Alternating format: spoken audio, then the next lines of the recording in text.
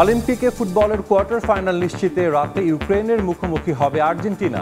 সমীকরণের মারপ্যাচ এড়াতে জয় তুলেই সেরা আটে যেতে চায় আকাশে নীলরা। আজ পুলে নামছেন বাংলাদেশের সাঁতারু সামিউল। অংশ নেবেন 100 মিটার ফ্রি স্টাইলের হিটে। অলিম্পিকের 4 দিন শেষে 6 স্বর্ণসহ 12 পদক নিয়ে শীর্ষে জাপান। এবং হামজা চৌধুরীর বাংলাদেশের হয়ে খেলা নিয়ে অনিশ্চয়তা কাটছেই না। পাসপোর্ট রেডি হলেও লন্ডনের বাংলাদেশ হাই কমিশন থেকে এখনো সংগ্রহ করেননি লেস্টার সিটি তারকা।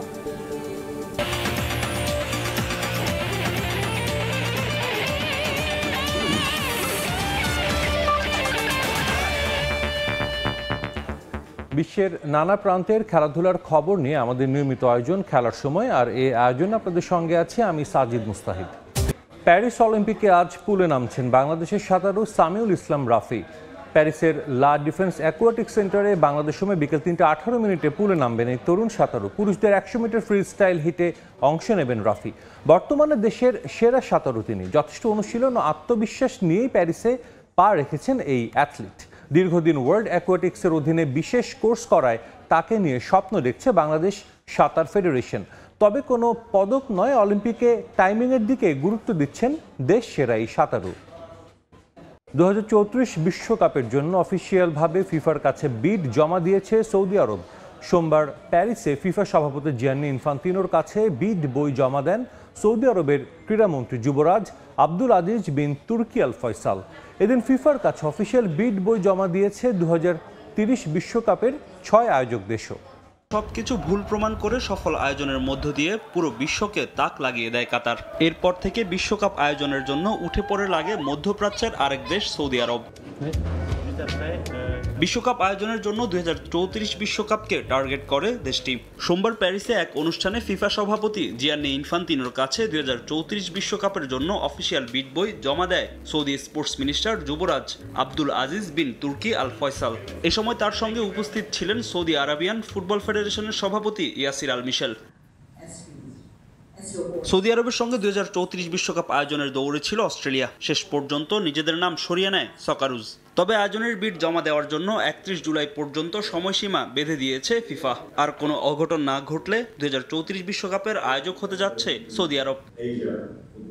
এদিন অফিসিয়াল বিড বই জমা দিয়েছে 2030 বিশ্বকাপের আয়োজক Spain, Portugal, Morocco, Argentina, Uruguay ও প্যারাগুয়ে। প্রথমবারের মতো যৌথভাবে 6 দেশ ও 3 মহাদেশ নিয়ে আয়োজিত হতে যাচ্ছে এই বিশ্বকাপ। আসলে সবকটি ম্যাচ হবে স্পেন, পর্তুগাল ও মরক্কোতে। তবে বিশ্বকাপের শতবর্ষ উদযাপন উপলক্ষে লাতিনের 3 দেশ আর্জেন্টিনা, উরুগুয়ে ও প্যারাগুয়েতে হবে একটি করে ম্যাচ। ফাহিম ইসলাম, সময় সংবাদ। শিক্ষার্থীদের আন্দোলনে সরাসরি গুলি চালানো বন্ধের নির্দেশনা চেয়ে রিটের শুনানির বিষয়ে কথা বলছেন আইনজীবীরা। সরাসরি যাচ্ছে সেখানে। আপনাদের কাছে অনুরোধ রাখবো, যে তথ্যগুলো এসছে সেগুলো মুছে ফেলেন না, সেগুলো বলেন যে কে বলেছে তারা ডিবির কাস্টডিতে। এখন তারা বলুক তাদের ক্ষমতা কোথায় ডিবির কাস্টডিতে কাউকে নিজের নিরাপত্তার জন্য রাখতে। এটা আমাদের আইনে কোথায় আছে, বাংলাদেশের আইনে? এটাই আমরা দেখতে চাই। আপনি কি সহ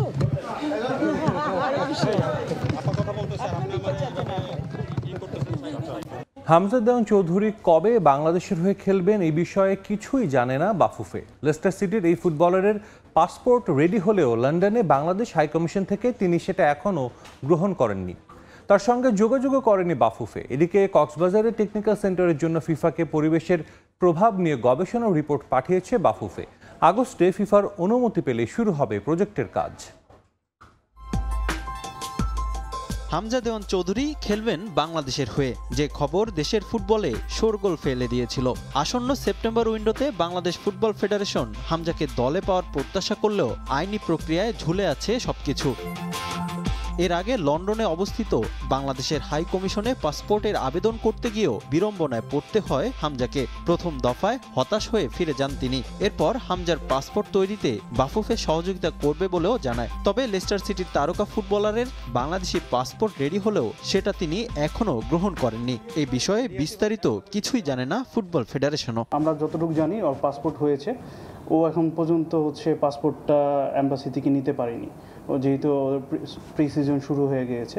এদিকে 2022 সালে ফিফা টেকনিক্যাল সেন্টারের জন্য কক্সবাজারের খুনিয়াপালংয়ে 20 বিঘা জমি বরাদ্দ পেয়েছে বাফুফে। তবে এই প্রজেক্টে পরিবেশে কী ধরনের প্রভাব পড়তে পারে তা নিয়ে রিপোর্ট চেয়েছিল ফিফা, যা ইতোমধ্যে ফিফার কাছে পাঠিয়েছে বাফুফে। সেখানে স্থাপনা তৈরির ক্ষেত্রে কিছু বিষয় মেনেই কাজ শুরু করতে হবে বলে জানানো হয় রিপোর্টে।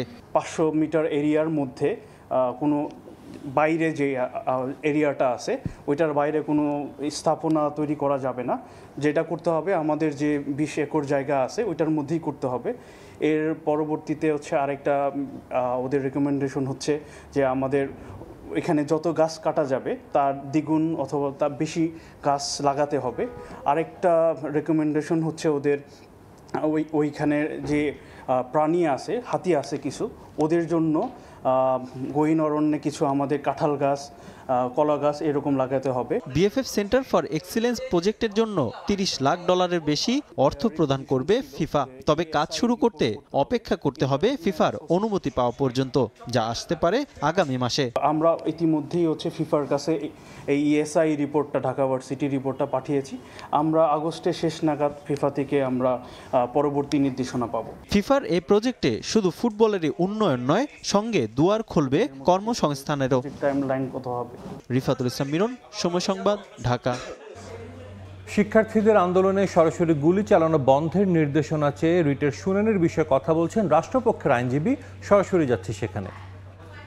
আমরা এবং কোর্ট নিজেও এই ঘটনা জানেন এবং সে ঘটনা তাদের জিজ্ঞেস করেছেন, তারা সঠিক উত্তর দিতে পারেন নাই।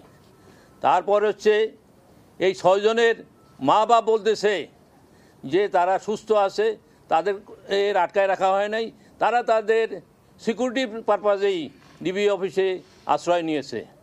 এখন যদি কারো উপর অস্ত্র, কারো যদি ভয় থাকে, জীবনের হুমকি থাকে, তাকে পুলিশ প্রোটেকশন দিতে বাধ্য। এবং সে যদি প্রোটেকশন চাওয়ার পরেও যদি প্রোটেকশন না দেয় এবং তার যদি কোনো ঘটনা ঘটে থাকে, তাহলে সব দায়িত্ব পুলিশের উপর বর্তাবে। সেজন্য এটা এক হলো নৈতিক দায়িত্ব, আইনত সে বাধ্য। সচিবালয়ে কথা বলছেন আইনমন্ত্রী আনিসুল হক। সরাসরি যাচ্ছি সেখানে। জঙ্গি তারাই এটা করেছে। তো আপনি যে প্রশ্নের জবাব দিচ্ছেন, আমার মনে হয় যে এই দলটাকে যদি আপনার নিষিদ্ধ করা হয় তাহলে আইন শৃঙ্খলা এবং দেশের রাজনীতিরও অনেক উন্নতি হবে।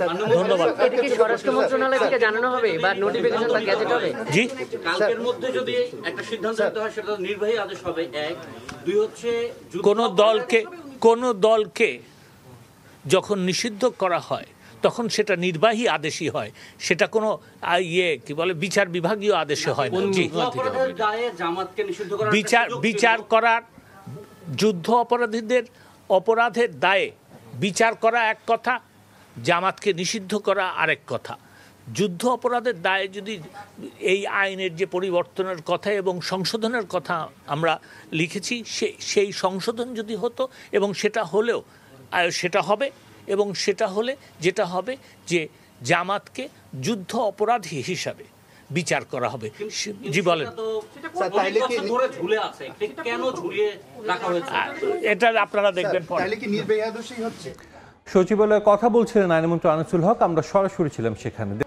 এবার মহাকাশ থেকে অলিম্পিকে অংশ নেয়া অ্যাথলিটদের শুভেচ্ছা জানালেন মহাকাশচারীরা। তাদের সে ভিডিও বার্তাটি নিজেদের সোশ্যাল মিডিয়ায় শেয়ার করেছে নাসা। ভিডিওটিতে দেখা যায় মহাকাশে weight lifting, gymnastics, discus throw, সাঁতার, প্রায় সব রকম খেলার অনুকরণ করে অলিম্পিকে অংশগ্রহণ করা অ্যাথলিটদের শুভেচ্ছা জানান তারা। শুধু তাই নয়, অলিম্পিকে অংশ নেওয়া প্রতিটি অ্যাথলিটদের প্রতি সম্মান প্রকাশ করেন নভোচারীরা। গেল 5 জুন মহাকাশে পাড়ি জমান এই নভোচারীরা। আন্তর্জাতিক মহাকাশ স্টেশনে এই মুহূর্তে 9 জন মহাকাশচারী রয়েছেন বলে নিশ্চিত করেছে নাসা।